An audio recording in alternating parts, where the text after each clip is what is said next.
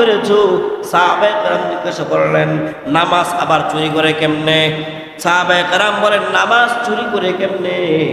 আল্লাহর নবী বলেন, ও সাহাবায়ে কেরাম, তোমরা কি দেখো না যে ব্যক্তি নাকি নামাজে দাঁড়াই আল্লাহু আকবার, আল্লাহ সেজদা দেয়, রুকু দেয়, রুকু দিয়া সুবহান রাব্বিয়াল আযীম, সুবহান রাব্বিয়াল আযীম, সুবহান রাব্বিয়াল আযীম 3 বার, 5 বার, 7 বার বলা সুন্নাত। কমপক্ষে তো 3 বার বলতে হবে। এই 3 বার বলার মতো সময় যাদের নাই সে হলো রুকু চোর। কি চোর? এ কথা কন, কি চোর? এই 3 বারের সময় যাদের না হয় হলো রুকু চোর।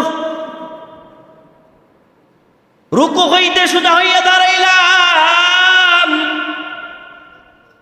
রব্বানা লাকাল হামদ হামদান কাসীরান তাইয়িবান মুবারাকান ফীহ।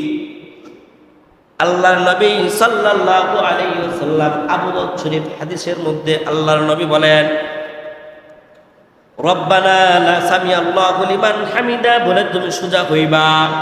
সোজা হওয়ার পর তুমি বলবা, রব্বানা লাকাল হামদ হামদান কাসীরান তাইয়িবান মুবারাকান ফী। আল্লাহু আকবার। এই দোয়াটা কেন করব?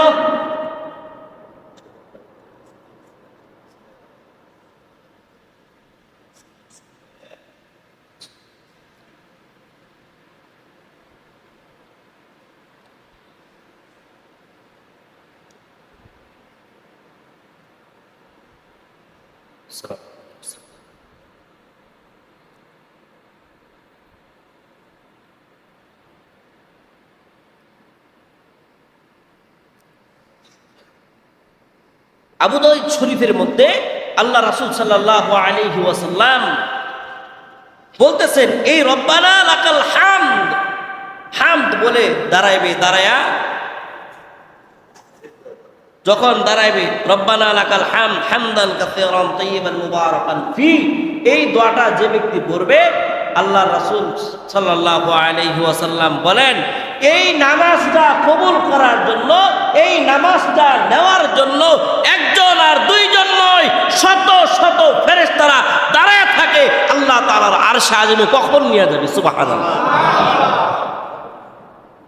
আল্লাহ তাআলা আরশে আজিমের মধ্যে কখনই নামাজটা আপনার নিয়ে যাবে। ভাই সময় তো দেন না, নামাজ তো বুঝেন না নামাজ কি জিনিস। জুমার নামাজটা শেষ হওয়ার সাথে সাথে ওইটা